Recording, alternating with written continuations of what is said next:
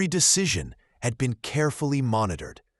I felt a mix of betrayal and anger. You set me up?" I asked, my voice shaking. Claire leaned back, her hands steepled in front of her. "Set you up?" she asked, as if the idea was laughable. "No, Daniel. I guided you. I tested you. You passed. That's why you're here." "But everything I did," I said, frustration rising. "It wasn't real? I wasn't in control?" Adrian's voice cut through like ice. "Control is an illusion in this world, Daniel. You've done well because you adapted, not because you led. You survive because you're observant, quick, and dangerous. That's why Claire keeps you close." I wanted to argue. I wanted to leave. I wanted to punch something. But deep down, I knew they were right. Claire studied me, her expression softer now, almost sympathetic. "You're learning the rules faster than anyone I've brought in before. That's why you're still alive. That's why you're still useful." I clenched my fists, trying to control my emotions. "Useful?" I asked. "So I'm just a tool?" "No," she said. "You're a player. But even players need guidance. Even the best pawns can become queens with the right moves." I stared at the folder again.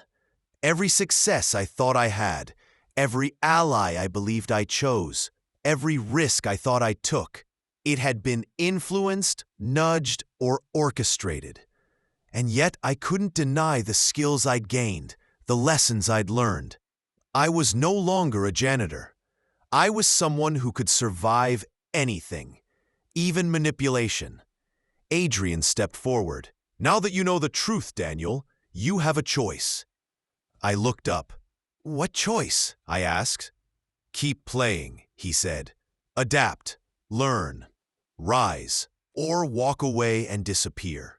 But if you stay, nothing will be the same. Ever." I swallowed.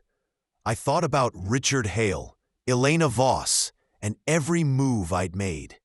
I thought about Claire, about the power she wielded, about Adrian, about the network I'd glimpsed. And then I made a decision. "I stay," I said. I wasn't proud. I wasn't naive. I was aware, and I was ready. Claire smiled, just slightly. "That's what I wanted to hear." Adrian nodded. "Good, because the next step, it's going to test more than your skills. It's going to test your loyalty, your judgment, and how far you're willing to go." As I left the office that evening, folder still in hand, I realized something terrifying. I wasn't just part of this world anymore. I was woven into it. And every secret I uncovered, every truth I learned, made me part of something much larger than I had ever imagined. I was no longer just surviving. I was playing a game with rules I was only beginning to understand.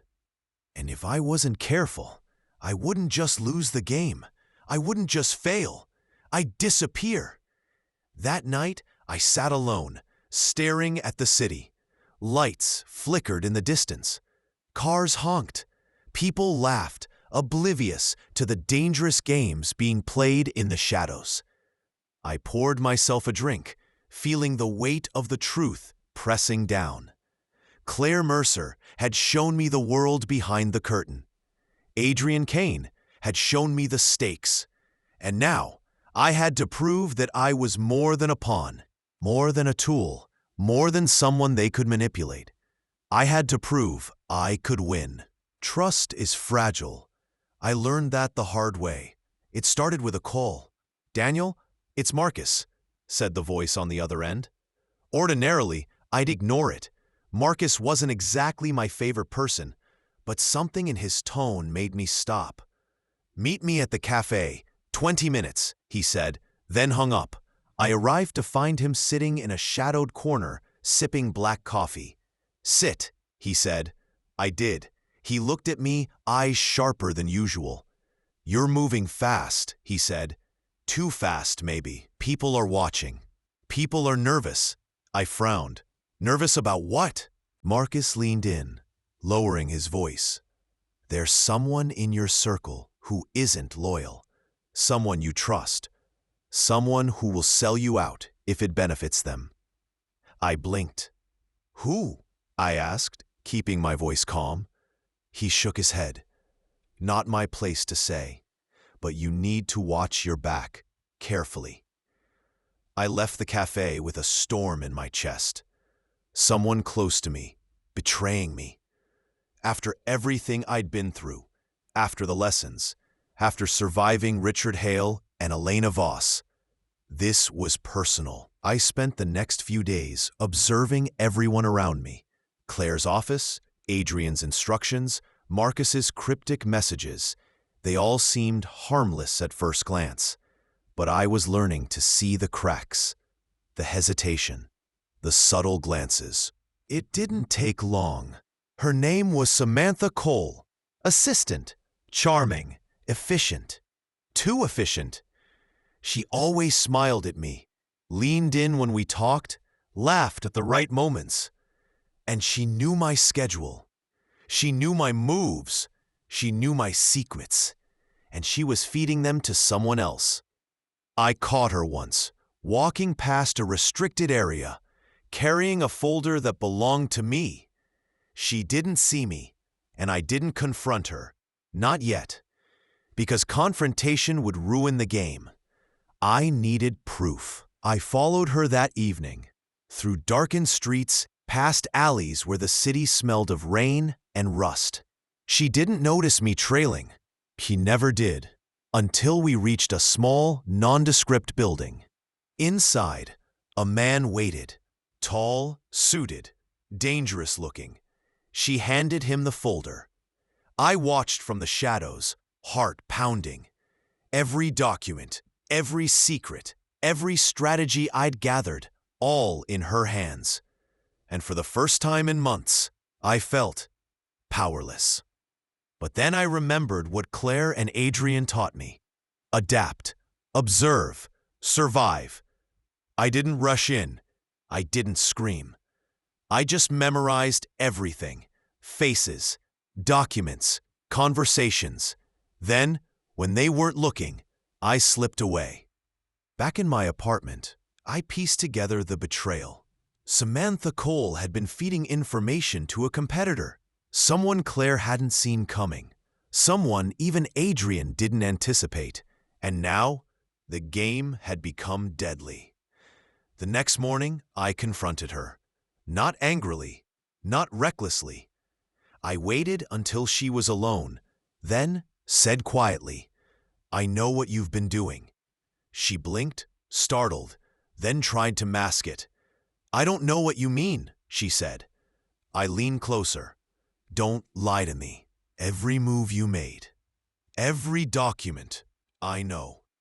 Her face fell. "You can't tell Claire or Aid in this world. Betrayal isn't personal. It's business. And trust? Trust is the currency of survival. One false move, and you're finished." I poured myself a drink, staring at the city lights flickering in the distance. Samantha's betrayal was a reminder, a test. I had survived Richard Hale. I had survived Adrian Kane. I had survived Elena Voss. But betrayal from within, that was the real danger. And I would be ready next time. Betrayal changes a person. It sharpens you, focuses you, forces you to see the game in ways you never could before. Samantha's actions had lit a fire inside me. Not just anger, not just fear, a hunger to control my own destiny. I started small, observing, analyzing, mapping the network Claire and Adrian controlled. Who trusted whom? Who feared whom? Who could be used? Who could be discarded? By the end of the week, I knew more about the inner workings of their empire than some of the executives, and I realized I didn't need to wait for orders anymore. I could make moves. I could shape outcomes. I could be more than a pawn. The first opportunity came unexpectedly. Adrian called me into his office. "You've been busy," he said, eyes sharp as ever. "Good. I like initiative. But remember, initiative without calculation is reckless." I nodded carefully. "I've been mapping contacts, identifying weak points, strategic leverage." He leaned back, studying me. "You're ambitious, Daniel. I like that. Dangerous, but smart. Dangerous is good. Smart is necessary." Then he leaned forward, hands clasped. "I have a proposition. There's an acquisition going on next week. Hale Dynamics wants in, but there's a third party complicating things. I want you to influence the situation. Quietly, efficiently, and make sure it favors Claire's interests." I smiled inwardly. This was my chance, my first real move. Not just carrying messages or delivering threats, shaping the outcome. I spent days preparing, every phone call recorded. I presented information subtly, planted ideas, nudged decisions. No one noticed, no one suspected. But by the end of the day, the third party shifted allegiance. Claire's position was stronger. My fingerprints were invisible, and I had won without anyone realizing. Adrian congratulated me later, a faint smile on his face. "You're learning," he said. "And now you're becoming dangerous, the kind of dangerous I can trust." I realized then that the power I craved wasn't in brute force or authority. It was in knowledge, observation, influence. And I had a lot of it now. Claire noticed too. The next time I entered her office, she didn't call me a good boy. She didn't smile. She simply nodded. And that nod meant more than— But rising power comes with consequences. Samantha, still in the office, watched me differently. I knew she realized I was no longer naive. I knew she realized I wasn't her pawn anymore. And that made her dangerous in a whole new way. That night, I stayed late in the office, poring over contracts, messages, and contacts. I was planning, calculating, learning. The city outside the window glowed like fire. I felt alive in a way I hadn't before. I had survived betrayal. I had survived tests. I had survived manipulation. Now I was thriving. And then I got the message. "You've made your first real move, but now the game changes. Be ready." Claire. I smiled. I wasn't afraid. Not anymore. I was ready. Power isn't given. It's taken. And it isn't enough to survive on skill alone. You need allies. Or enemies. Sometimes both. After my success with the acquisition, the office atmosphere changed. People watched me differently. Some with admiration. Some with fear. Some with envy. And I realized if I wanted to rise further, I couldn't rely solely on Claire or Adrian. I needed my own network.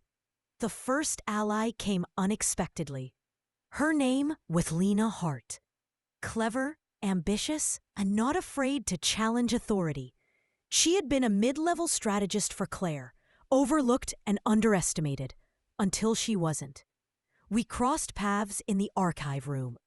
She looked up, saw the way I studied contracts, emails, and memos. "You're different," she said. "Most people just follow orders.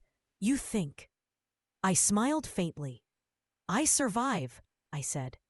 She chuckled, a soft, dangerous sound. "And survivors find each other." We started working together quietly, sharing information, pooling contacts, and subtly influencing outcomes. I trusted her more than I should have, carefully. But trust was a weapon too. and I wielded it cautiously. Enemies, however, were easier to spot. Samantha Cole, of course, loomed large. I couldn't trust her, not entirely. Every interaction was a test, a potential trap, and I watched her, noted her movements, anticipated her moves. Then there were others, executives who disliked Claire's growing influence, who resented my sudden rise. They whispered in corners, plotting, but they underestimated me. That was my advantage. One evening, Adrian called me into his office. "You're building a network," he said, tone neutral. "I like it, but beware. Not everyone is loyal. Not everyone is predictable." I nodded. "I understand." He leaned back, eyes narrowing. "You're moving faster than anyone else here. Don't forget, you're still in my world, and my world isn't." I left his office with renewed determination. If I wanted to survive, I needed control. Control of information, control of alliances, control of perception. Lena became my eyes and ears in places I couldn't reach. I started planting subtle suggestions, nudging decisions, and shaping outcomes like a chess master. But the game became more dangerous when a new player appeared. Victor Klein, a rival from outside Claire's empire, but with reach and influence that rivaled hers. He had noticed me, and he wasn't pleased. His first move was subtle. A leak in one of the minor acquisitions I influenced. Rumors, doubts, people questioning my decisions. I realized then, Victor Klein wasn't just a threat. He was a predator, circling. I called Lena. "We need to watch him," I said. "Every step, every contact, every move. He thinks he's unpredictable. He's not." She nodded. "Agreed, but he's smart and dangerous." I smiled faintly. "Good. That means he's worth taking seriously." Over the next weeks, I navigated a delicate balance of alliances and enemies.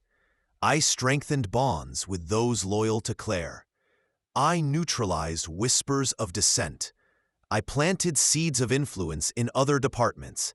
And I watched Victor Klein, waiting for him to make his next move. Power was intoxicating.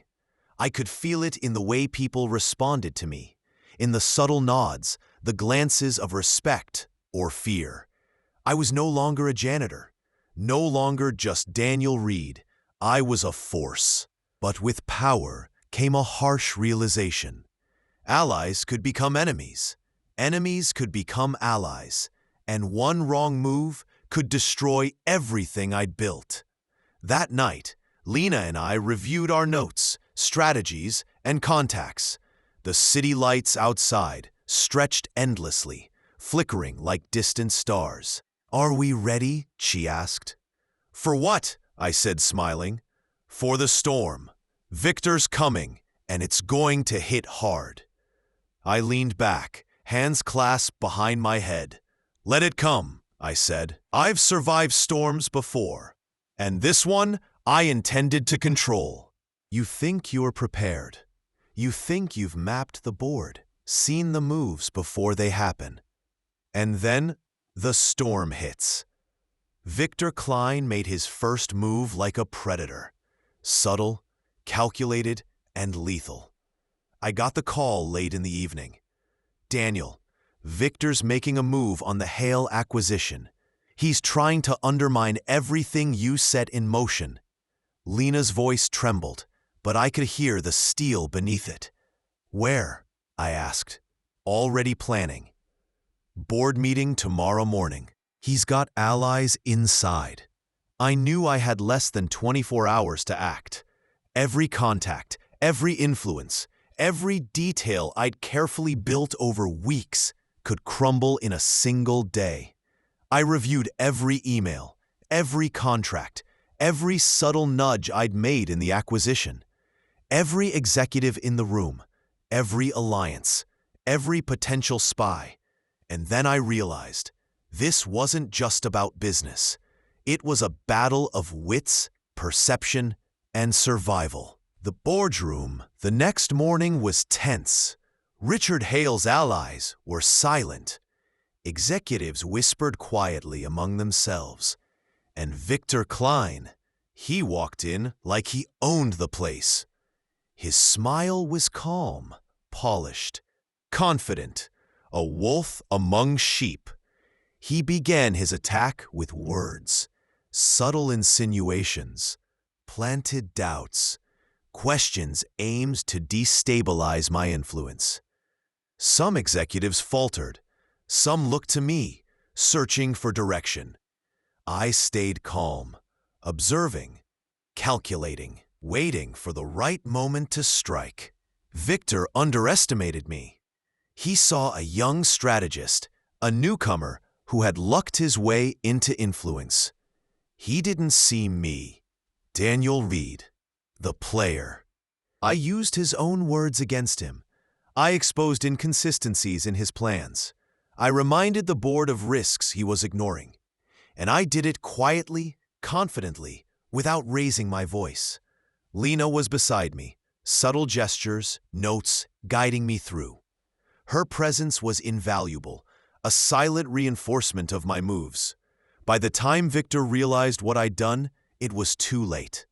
The board shifted allegiance. Victor's allies faltered, and he left the room without a word, defeated, but not humiliated. Later, Claire called me. "Daniel," she said, voice smooth and measured. "You handled Victor well, better than I expected." I felt a surge of pride, not just for surviving the attack, not just for winning, but for knowing that I could stand on my own. Adrian's response was even more telling.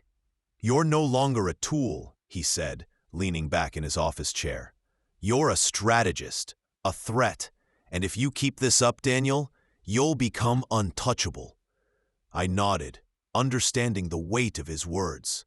That night, I reflected on the day's events. Victor's strike was just the beginning. Every move I made from now on would be scrutinized. Every action I took could trigger retaliation. But for the first time in my life, I felt true power. Not the power Claire had given me, not the influence Adrian had trained me to wield, but my own power, crafted by skill, observation, and survival. The city outside my window glittered in the night. I lit a cigarette, inhaled deeply, and exhaled slowly. Victor Klein would strike again, and next time, I would be ready, because I wasn't just surviving anymore. I was rising. And when the dust settled, I intended to stand at the top. If you want to rise, you don't wait for opportunities. You create them. And that's exactly what I did. After Victor's failed strike, I knew the next phase of this game wouldn't be defensive. It had to be offensive. I couldn't simply react anymore. I had to shape the world around me. I spent the next few days mapping every influence, every weakness, every potential ally in Claire's empire and Victor's network.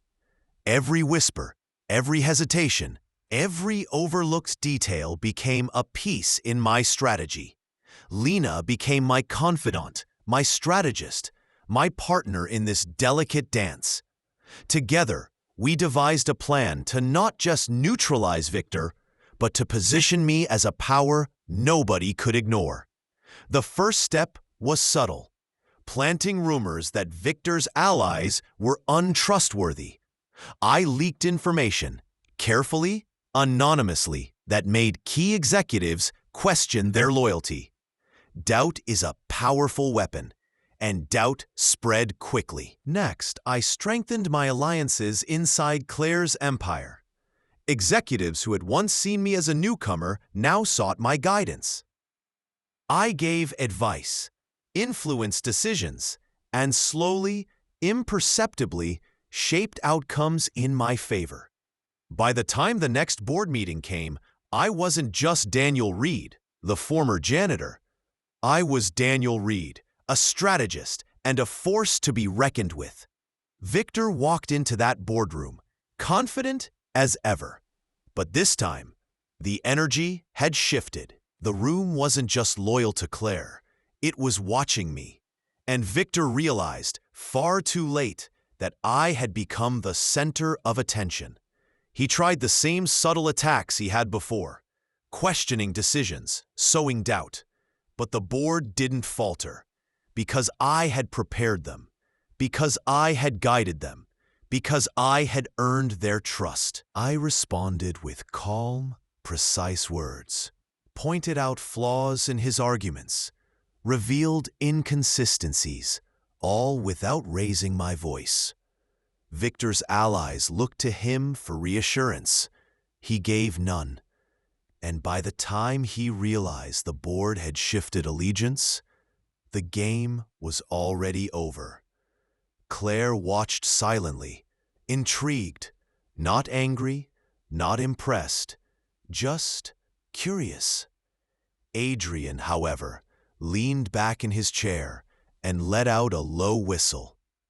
"You've done it, Daniel," he said quietly. "You're no longer a pawn. You're a player. And now people have to respect you or fear you." The final step of my plan was bold, risky, and brilliant. I approached Claire privately after the board meeting. "Claire," I said, "I'm no longer just following your moves. I've created outcomes that even you didn't anticipate. I want to lead, alongside you, not under you, with you." She raised an eyebrow, intrigued but cautious. "And why would I allow that?" she asked. "Because I can protect this empire from threats like Victor, and I can grow it beyond what you imagined, but only if I have the authority to act decisively." She studied me for a long moment, then nodded. "Very well, Daniel," she said. "You've earned your place. But remember, power is dangerous, and I will be watching."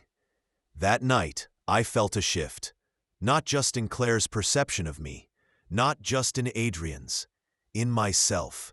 I had stepped out of the shadows. I had seized the game. I had become a force to be reckoned with. Victor Klein, now aware of my rise, would make more moves. But I was ready, because I had learned the rules. I had mastered observation, strategy, and manipulation. I had allies I could trust and enemies I could control. And I was no longer afraid. The city lights glittered beneath me, a web of power, influence, and opportunity. I could see it all now, the networks, the connections, the moves waiting to be made. And I smiled, because tomorrow I would strike again. I never thought I'd see this day. Not as the janitor sweeping floors, mopping spills, and cleaning up after everyone else. Not as the man who was overlooked, underestimated, and dismissed. And yet, here I am. The morning was quiet, deceptively so. The boardroom, once a battlefield, now felt like my stage. Executives shuffled in, eyes a mix of respect and apprehension. Even Victor Klein entered, his confidence faltering slightly. He had learned the hard way. I was no longer a threat to be ignored. Claire sat at the head of the table, her expression unreadable. Adrian stood near the window, watching silently. Lena was beside me, a reassuring presence, a reminder of the alliances I had forged. I took a deep breath. "This meeting," I began, "is about the future of this company. Not just survival, not just profit, but power, strategy, and legacy." I could feel the room tense. I could see Victor bristle, and I knew every eye was on me. I outlined a new vision, a plan that incorporated every acquisition, every ally, every strategy I had developed over the past months. I spoke with clarity, confidence, and authority. And I didn't just present ideas, I controlled perception. Every doubt, every hesitation, every whisper of dissent was countered before it even surfaced. Victor spoke, of course. He tried to challenge me, to regain the influence he had lost. But this time, I was ready. Every argument, every insinuation, every manipulation he attempted was met with precision. By the end of the meeting, he realized what I had become. Not just a strategist, not just a player, a leader. Claire finally spoke, quietly, almost approvingly. Daniel, you've done what few could. You've mastered influence, strategy, and loyalty. You've earned your place. Adrian nodded from the corner. You're untouchable now, Daniel. But untouchable doesn't mean invincible. Remember that. I smiled faintly. Invincibility isn't the goal, I said. Control is. And control is something I've earned. After the meeting, the board voted unanimously. Daniel Reed was now officially CEO. The former janitor, the man who had started at the bottom, now held the reins of power. It wasn't just a title. It was a symbol, a testament to survival, intelligence, and adaptation. And I knew this was only the beginning. Victor Klein would continue to challenge me, of course, but now the battlefield was mine to define. I had allies I could trust, enemies I could manipulate, and knowledge that gave me an edge no one else had. I wasn't just Daniel Reed. I was the architect of my own destiny. That night, as I walked through my new office, overlooking the city lights, I thought about the journey. The janitor, who had cleaned floors and offices, who had been invisible, underestimated, dismissed, had become a man who controlled an empire. I thought about Claire, who had guided me, challenged me, and pushed me to survive. I thought about Adrian, who had tested me, measured me, and acknowledged my strength. I thought about Lena, who had become my ally, my strategist, my partner in this dangerous game. And I thought about myself, the man who had refused to be a pawn. The man who had adapted, survived, and risen. Power is intoxicating, yes, but it is also dangerous. Every decision I made, every move I executed carried consequences. Every victory invited envy, rivalry, and challenges. And yet, I felt alive. I felt unstoppable. I felt in control. I walked to the window, looking down at the city sprawling beneath me. The lights flickered like stars, each one a story, a challenge, a possibility. I had fought, learned, and adapted. I had betrayed and been be. I had survived tests, schemes, and dangers no one else even knew existed. And now, I wasn't just surviving, I was rising. I lit a cigarette, inhaled deeply, and exhaled slowly. The smoke curled toward the ceiling, dissolving into the air like my past mistakes, my doubts, and my fears. From janitor to CEO, from pawn to player, from invisible to untouchable. I had done it. And yet, the game was far from over. Because in the world I had entered, power is never final. It is a game, a battle, and a challenge that never ends. But for now, tonight, I am Daniel Reed. I am the master of my fate. I am the rise of Daniel Reed. And tomorrow, I will continue to play the game on my terms.